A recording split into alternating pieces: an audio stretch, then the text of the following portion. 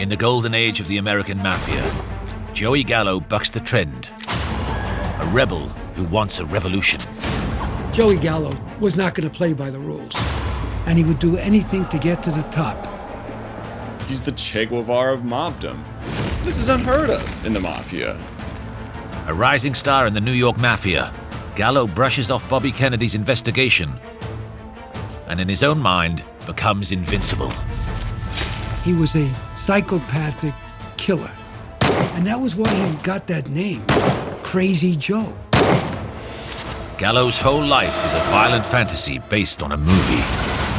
Joey Gallo is literally acting the part of a movie gangster. He looks like this freak 1940s movie villain. Slipping between different realities, a murderer with an alter ego as a beatnik artist. He's real eccentric. He's smoking reefers with his beatnik wife. But the mob's not going to let Joey write a happy ending for the movie in his mind. It was the most dramatic ending of any gangster film you could ever watch.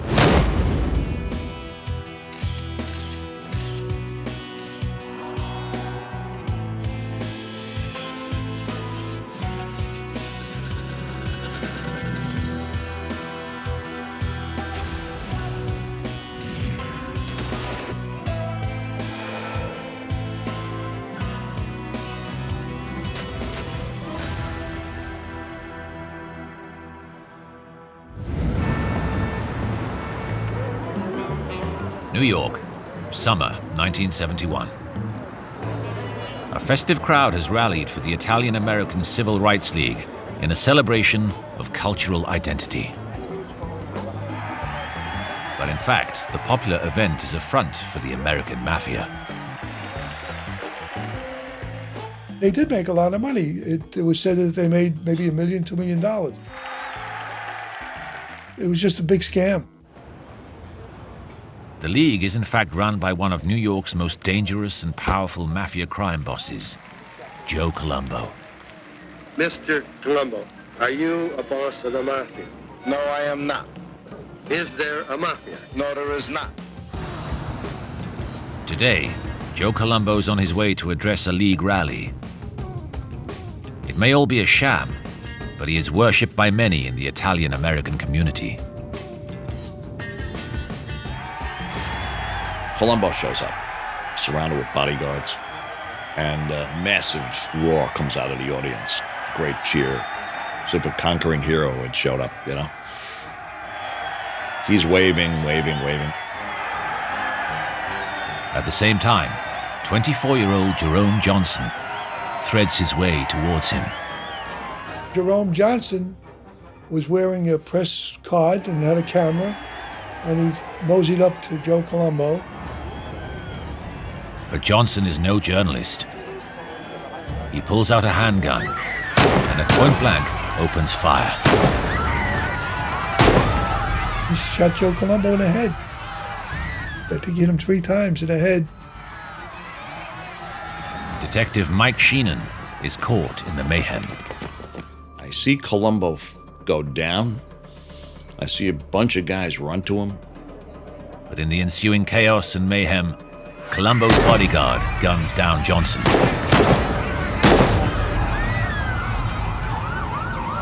The Mafia Don is rushed to the hospital, where he slips into a coma from which he will never emerge.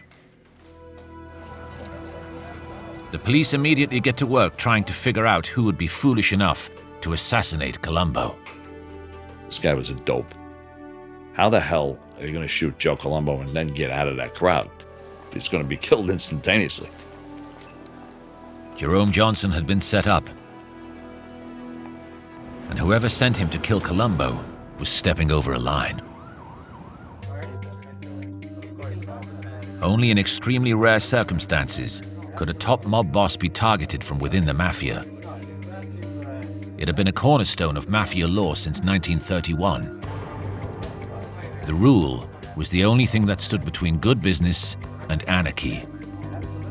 But someone wasn't playing by the rules. The biggest violation you could commit in the Mafia was trying to kill a boss without the authorization of the commission. whoever was behind the assassination of Colombo hadn't sought the permission of the New York family heads known as the Commission. The authority of the Mafia is under attack. And suddenly, everyone wants to know who ordered the hit. It seems likely the work of a lone wolf. And only one man fits the bill. The obvious choice was Joe Gallo. Gallo had said many times, Colombo, he's dead. I'm going to kill him. He's a dead man. Crazy Joey Gallo was a ghost from Colombo's past. A man at war with Colombo's crime family until he was sent down by the justice system. Driven to ruin by the same Mafia don who once raised him up from the streets, Gallo has had 8 long years to plot his revenge on the family that betrayed him. When Joey got out of jail, he was playing by new rules, his own rules. He made them up, and he would kill anybody who stood in his way. Joey Gallo's history with the mob goes back some 20 years to Red Hook, Brooklyn, where he worked for the Profaci family, a rising power in the Mafia. He was killing people at a young age. And there was kind of a fear that spread from that. He was actually diagnosed to be schizophrenic when he was just a teenager, and then growing up, his whole persona matched that. Crazy Joey Gallo wasn't called crazy for nothing. An obsessive fan of the movies, Gallo finds the perfect role model for his violent alter ego on the silver screen.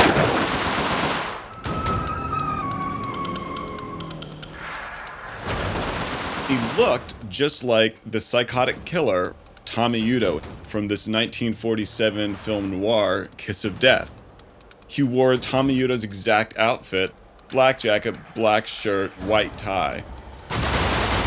He even had that kooky, unnerving grin and odd bursts of laughter. And Joey Gallo's act quickly draws the attention of the boss of Brooklyn's leading Mafia family, Joe Profaci.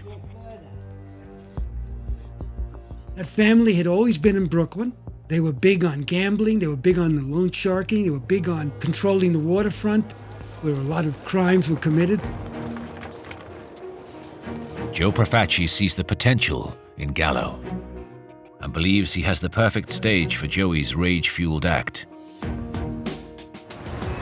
The Brooklyn Business District. Joey Gallo filled a very specific role for the mob, which was he was extremely effective at extortion. He was a strong-arm guy. That's what he did. If somebody didn't pay him, then he would kill him. Joey's crazy new character is a hit. Under Joe Profaci's patronage, Joey Gallo graduates from bit part player to supporting role as enforcer for the Profaci family. But Joey wants more. He wants top billing. But the Profacis are the only mob in Brooklyn. Gallo knows the only way up is within the organization, as a made man. Being made in the Mafia was just something that was supposed to be done if you were a young upstart hoodlum. I mean, that's your dream. But to get made, Joey will have to pass a lethal audition. In the Mafia, the traditional way to get made is called making your bones, and which of course is doing a hit on somebody. But Profaci doesn't ask Joey Gallo to hit just anyone. In October 1957, Joe Profaci orders Joey Gallo to kill the notorious Albert Anastasia, a rival Mafia crime boss and feared executioner known as the Butcher of Brooklyn. Albert Anastasia was one of the most ruthless bastards on the face of the earth. But in the movie in Joey's mind, Anastasia is the monster Gallo was born to slay. The stakes couldn't be higher. If Gallo succeeds, the promotion he craves seems certain. Failure means death, But psychopathic Joey knows no fear.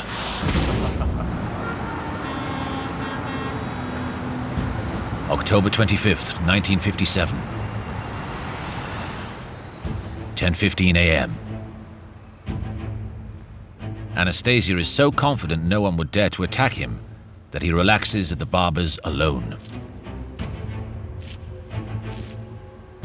Gallo makes his move.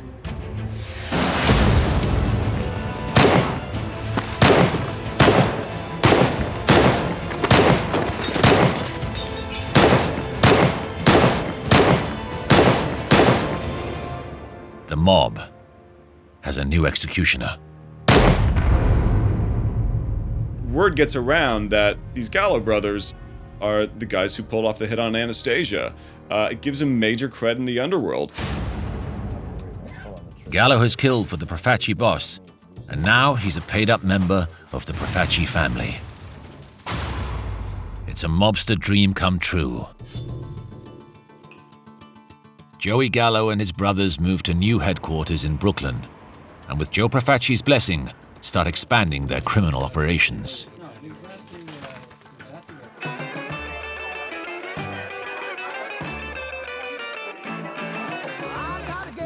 America's 50s youth culture is exploding, and Joey Gallo is there to milk it. The Gallos were known as the jukebox kings. They ran the jukebox extortion racket. There's a lot of quarters being plunked in into jukeboxes. Joey's also pushing soda fountains, pinball machines, and running nightclubs. Despite it seeming like a small-time operation, Gallo's success begins attracting unwanted attention. In the form of the US government and its chief counsel, Robert Kennedy. In 1958, Joey Gallo and his brothers are summoned to testify before a Senate committee on organized crime. But it's Gallo the movie star that turns up. When Joey Gallo is called before Robert Kennedy's McClellan committee, he shows up in his black coat, and he's wearing sunglasses. He looks like this freak 1940s movie villain, this charismatic wild man. From the start, it's quite obvious Joey is not going to kowtow to authority, not even the US government's. You see this larger-than-life movie gangster is going face-to-face against Robert Kennedy in this nationally televised street fight. I respectfully decline to answer because I honestly believe my answer might tend to incriminate me. Throughout the televised hearings, Joey acts out the gangster role he has invented for himself. He's defiantly telling the senators, "I'm pleading the fifth," over and over and over. It's like this sort of act of disrespect against the system. Despite Kennedy's best efforts, there is no concrete evidence to incriminate Joe Gallo. And America's public enemy #1 is free to walk. Joey Gallo definitely got under Robert Kennedy's skin. I mean, Kennedy said this was the toughest hood I ever had to face. Crazy Joe is now feeling invincible. After his performance in front of the McClellan committee, Joey Gallo comes out literally a mob star. Gallo's reputation now has gone nationwide. You could walk in any bar in Manhattan, people would be like, "Oh, that's the guy who was on television." He was now a celebrity gangster, not just Joey Gallo from Red Hook. To the public at large, he may seem like a big fish. But within the family, he's still small fry. It seems that Joe Gallo has it made. He's successful, he's flashy, but the one thing that Joey Gallo doesn't have is power. Behind the facade, Gallo knows he's still just a hired hand. He's having to kick back the majority of his earnings to Old Man Profaci, and despite all the trappings, he's still sort of running the jukebox racket, this nickel and dime extortion thing. And that's just where Old Man Profaci wants Gallo to stay. the mob had no room for flashy, tough guys like Joey Gallo. Joe Profaci looked at Joey Gallo and his brothers like clowns. Puppets, so to speak. They'll do whatever I want to do, and I'll promise them the moon, but I'll give them shit. Despite the act, Gallo isn't stupid. He knows he's being sidelined, that he isn't part of Profaci's plans. For Joey Gallo, it was a real front that old man Profaci never invited him to the compound for Sunday spaghetti. We're good enough to take someone out for the old man, but we're not good enough to sit at his table. It's a dangerous situation. An unstable mind like Gallo's can easily be tipped over the edge. He's looking at his Mafia Don and he's saying, you know, we're doing all these things for him. What's he doing for us? Joey Gallo knows what a gangster screen hero would do. Let's get some shotguns and do what we need to get done. It's this movie idea of what a gangster is. It's one crazy guy against the system. He's going to go and take what he wants. Got to remember, he's a psychopath.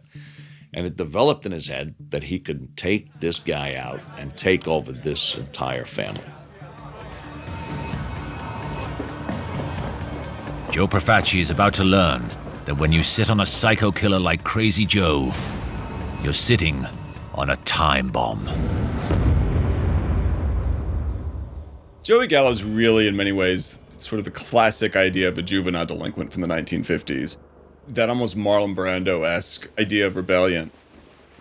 Why do I have to live by these old world Baroque ordainments by old man Profaci?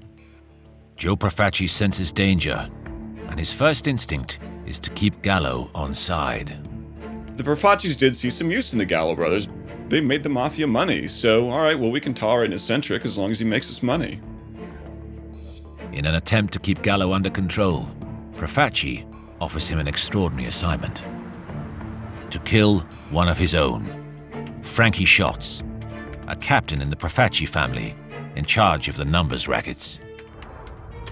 The numbers boss, Frankie Shots, was holding out against old man Profaci. He wasn't giving Joe Profaci his money.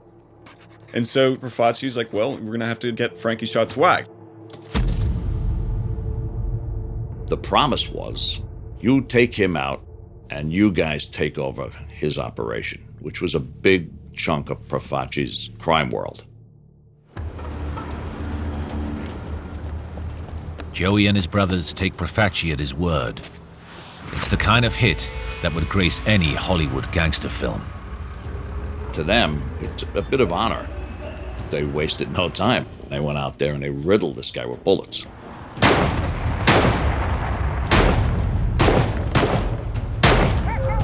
He had like 10, 15 bullets in the face.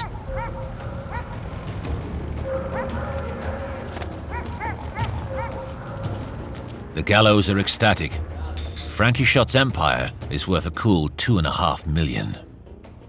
They were thrilled. Now, they thought this was it.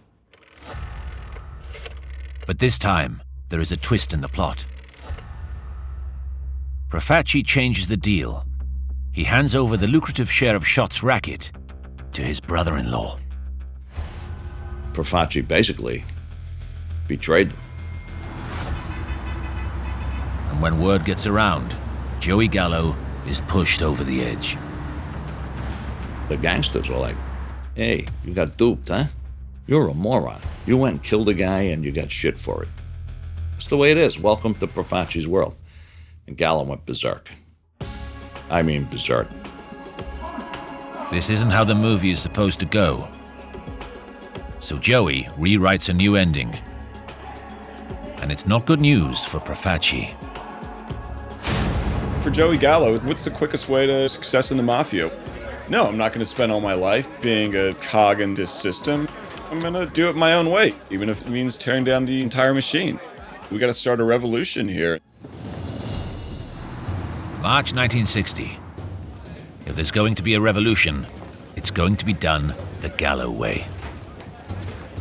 Joey Gallo's idea was, let's kill them all. Let's take the old man, we'll kidnap him, we'll kidnap his underlings, and let's kill him. In the history of the American Mafia, there has never been a plot like it. No one takes down a boss without permission of the ruling body, But then, Joey Gallo is a rebel. This doesn't exactly conform with the rules of a coup in the Mafia, and there actually sort of were, traditions of how you're going to do it. If you're going to make a coup, you're going to have to get permission of the Mafia Commission. The commission had been set up by Lucky Luciano to stop violence erupting within the mob. For 30 years, its authority has been unquestioned. Now, Joey Gallo wants a revolution.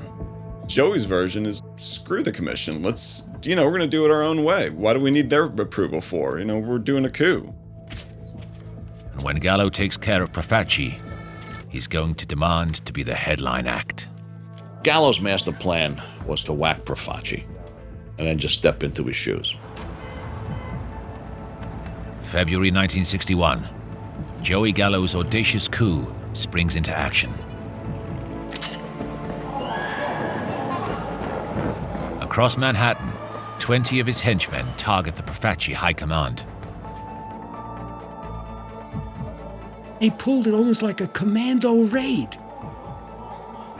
In one afternoon, they grabbed 5 close aides, including the top aide to the boss of the family. This was unheard of. It is a stunning gambit, and the Gallo assault takes the Profacis off guard. You have a couple crazy young Gallo brothers trying to kidnap the Don? This is unheard of in the Mafia.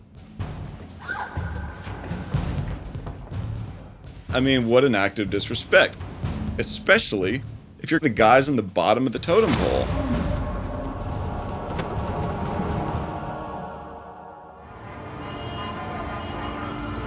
The cream of the Profaci High Command is held at gunpoint in a Manhattan hotel room.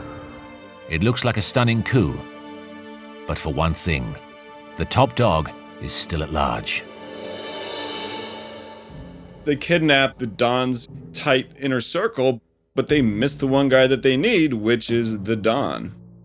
If you go after the king, you gotta kill him. Acting on a tip-off, Joe Profaci has skipped town. Too late, the head of the family had learned just how dangerous Mad Joey Gallo can be. Profaci took off down to Florida. I'm out of here. He knew he was a psychopathic killer. With Profaci safe, the tables are turned, and the Gallos are in the corner. The question is, what can they do about it? Practical and cool-headed, Joey's elder brother Larry suggests approaching the commission to broker a deal. Larry Gallo is, let's wait. The commission's gonna tell us what to do. We're gonna resolve this without violence. Joey Gallo doesn't do deals.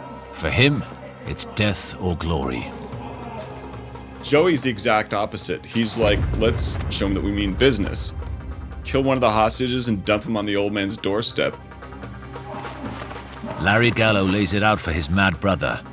Kill a Profaci, and the boss will come back at them with an army of 200 soldiers. Joey's plan is in ruins. In the end, Joey's big brother pulls rank and takes control. The only solution that doesn't end in a bloodbath is to negotiate. And the commission agrees. The commission's idea of how to settle this coup is no violence. Let's not create more attention to the Mafia because it's bad for business. We don't want a lot of feds on us because of a bunch of crazy Gallo brothers.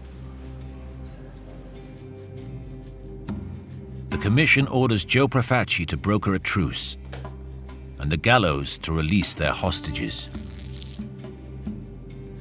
Joey, the revolutionary, an all-or-nothing idealist, is being forced to play by the rules. To Joey, the coup was an utter disaster. Not only did they not kill the Don, they followed the commission's rules. For Joey, the idea of a revolution is, let's go to the streets and let's do it our own way. Any normal mobster would lie low, but Joey Gallo is no normal mobster. His next move is unique in the history of the Mafia. Gallo tunes in and drops out. He heads to Greenwich Village, the hotbed of the anti-establishment counterculture scene of the early 1960s. Joey really took a liking to Greenwich Village. It was a center where those in their 20s were rebelling against capitalism. Joey embraces every aspect of the beatnik crowd. The revolutionary hothead swaps the gun for the bong. He's smoking reefers. He's chewing hash, like chewing tobacco. Joey, in his own way, is going through the classic beatnik mind expansion. Gallo falls for a woman, Jeffy Lee, who for a time softens his gangster alter ego. Joey was really living in a black and white world at the time, and here's a young, wild, free Jeffy. She opened up his world to a whole rainbow of colors. And just like before, Joey embraces his new role and pushes it to the limit. There's jazz, there's tons of sex, and a lot of weed. But if Joey is trying to escape his demons, the Mafia have no intention of letting him. Joe Profaci may have agreed a truce in public, but he wants revenge. Profaci said, that guy's dead. Profaci was from the old school, that you never took on the boss, you had total obedience. And the idea that Gallo would start a rebellion against him meant one thing. He was out to kill Gallo. Profaci said, that guy's dead. And he goes, I got to eliminate the threat before they come to me. And then the war began. May 1961. A grim message signals that the bloodbath has begun.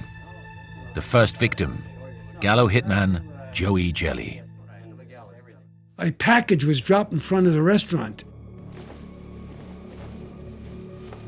And inside was a dead fish and the clothes of Joey's best hitman. It's a Sicilian message. Inside the clothes of Joe Jelly is a dead fish, hence Joe Jelly sleeps with the fishes. Next on Joe Profaci's hit list is Joey's elder brother, Larry. Lured to a meeting in a secluded bar, Larry is unaware he may be enjoying his last drink. He was sitting at the bar, and all of a sudden, two guys come behind him and put a rope around his neck and start to strangle him. Luckily for Larry Gallo, a local cop pops in for happy hour. A sergeant walked in the front door, and they see him, and they flee. Larry Gallo survives. But the message hits home loud and clear. Joey Gallo is next on Joe Profaci's death list. It's time to reprise his old role. The hipster is put on hold, and Crazy Joey the Psycho Killer is back. For Joey, it's like, all right, well, they messed with my brother. It's time to go to war. Let's do it my way now. Like, let's take it to the system. Hell-bent on an all-out war, Joey turns his HQ into a fortress. The Profacis aren't going to hit them again so easily. It was called going into the mattresses, and this became their fort. They put barbed wire up on the roof. They got chicken wire and put it on all the windows so that a hand grenade or a bomb could not be tossed through. This was an all-out war. This is the role Joey craves. Outgunned and outnumbered, it's Crazy Joe against the establishment. And it'll end in a brutal bloodbath. He's the Che Guevara of mobdom. He's ready to go full on against the Profaci family, and he thinks he's going to win.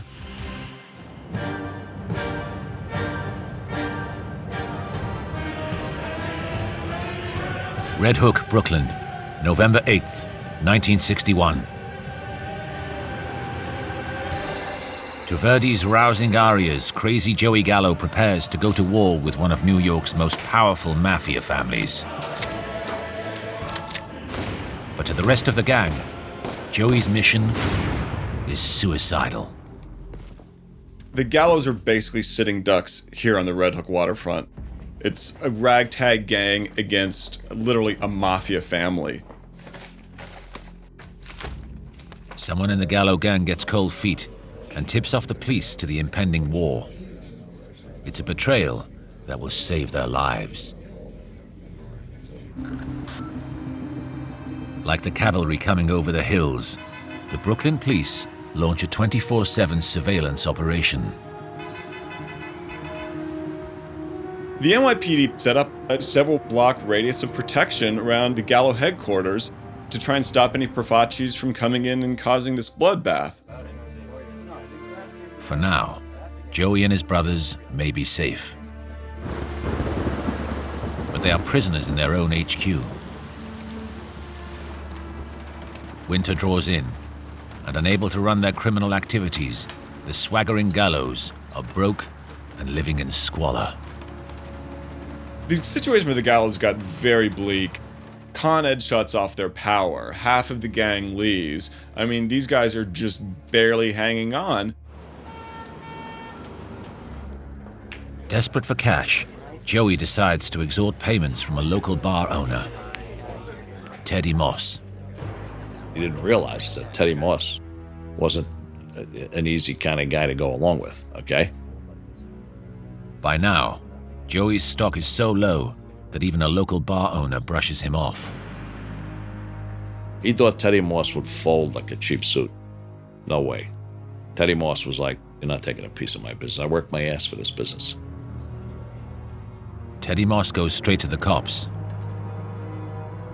It's just the break they've been looking for. The cops and the DA, they knew who he was. It was the perfect opportunity to get this guy off the street. And that's what they did. December 1961. Gallo is convicted of conspiracy and extortion. This time, the system wins and hits the rebel with a severe punishment. The evidence was overwhelming. He got sentenced to 7 to 14 years in prison. With Crazy Joey Gallo locked up, order is restored to the Mafia underworld. For now. They jailed Joey right in the midst of this Gallo-Profaci war, so the Gallos effectively lose their Che Guevara. Joey Gallo does his best to acclimatize to life behind bars. While in prison, Joey Gallo begins the second phase of life. He suddenly discovers books. The once violent and impulsive Gallo cools his heels behind bars, reading books and painting.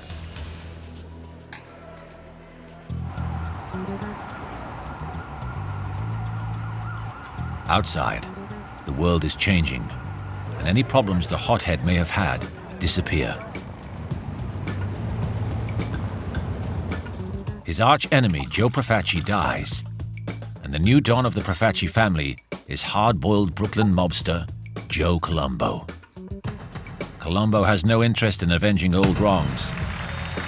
He's too busy running his criminal empire and forging links with the local Italian community.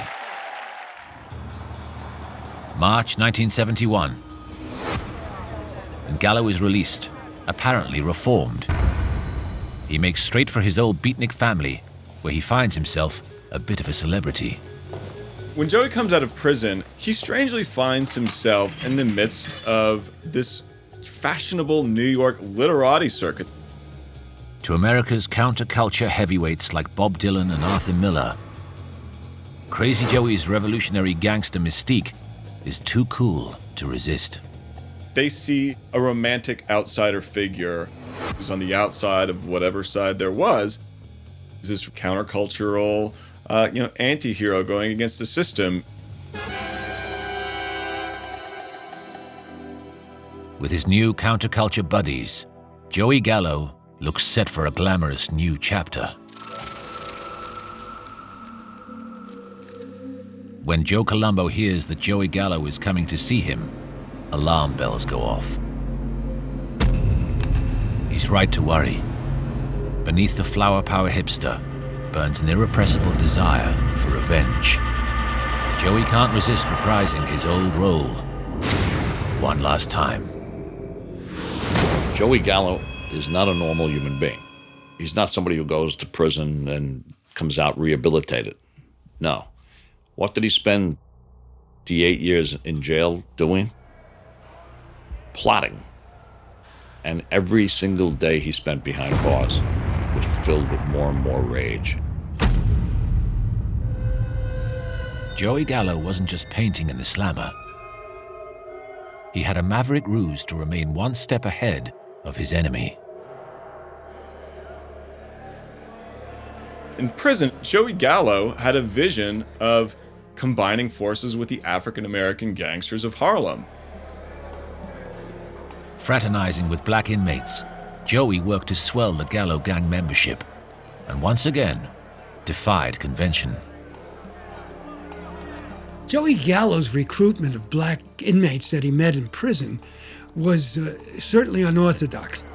The Mafia always used Jewish hitmen, Irish hitmen, but there was no real association with black mobsters or any way of affiliating with them. So it was a very smart move by Joey.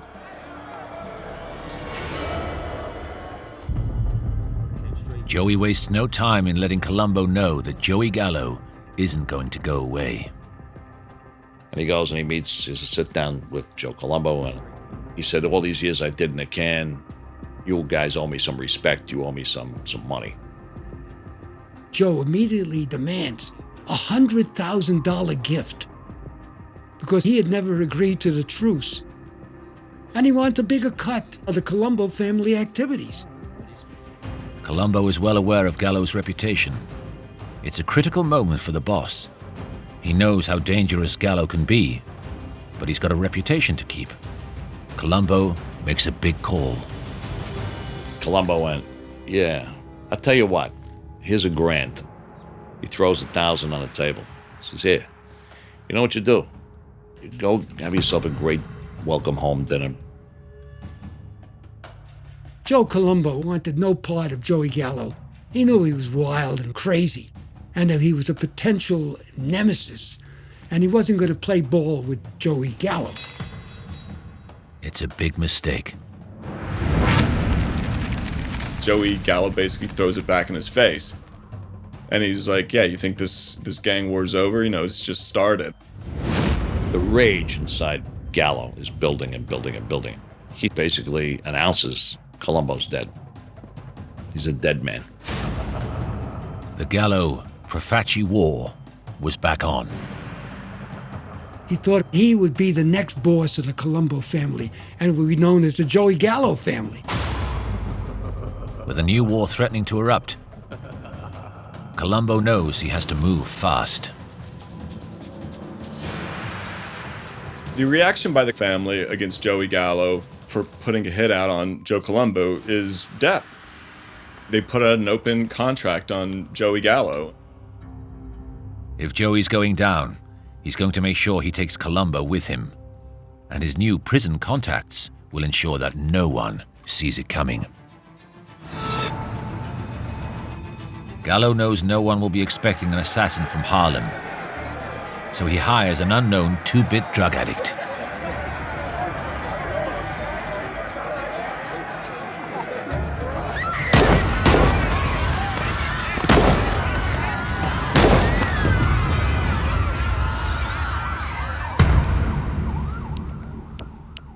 Crazy Joey Gallo, the maverick mobster, has broken the rules and finally taken down a leading Mafia don.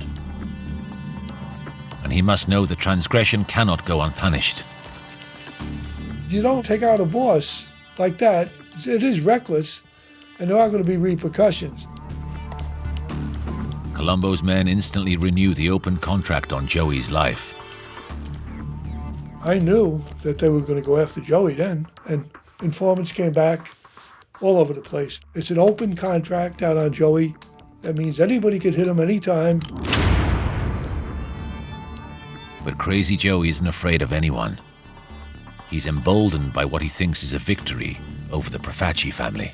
He was just reckless. He just lived for the day. He didn't care about tomorrow. Open contract or not, Joey knows that in the movies, the hero always wins in the end. This guy was a psychopathic killer.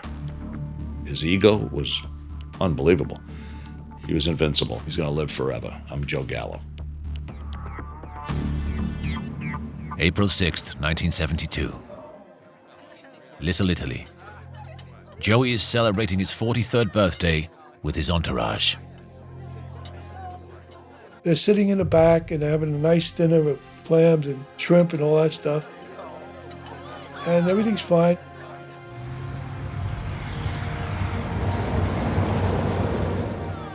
They ordered another round. It's probably 5 o'clock in the morning by now. Without warning, 4 gunmen burst in and begin shooting.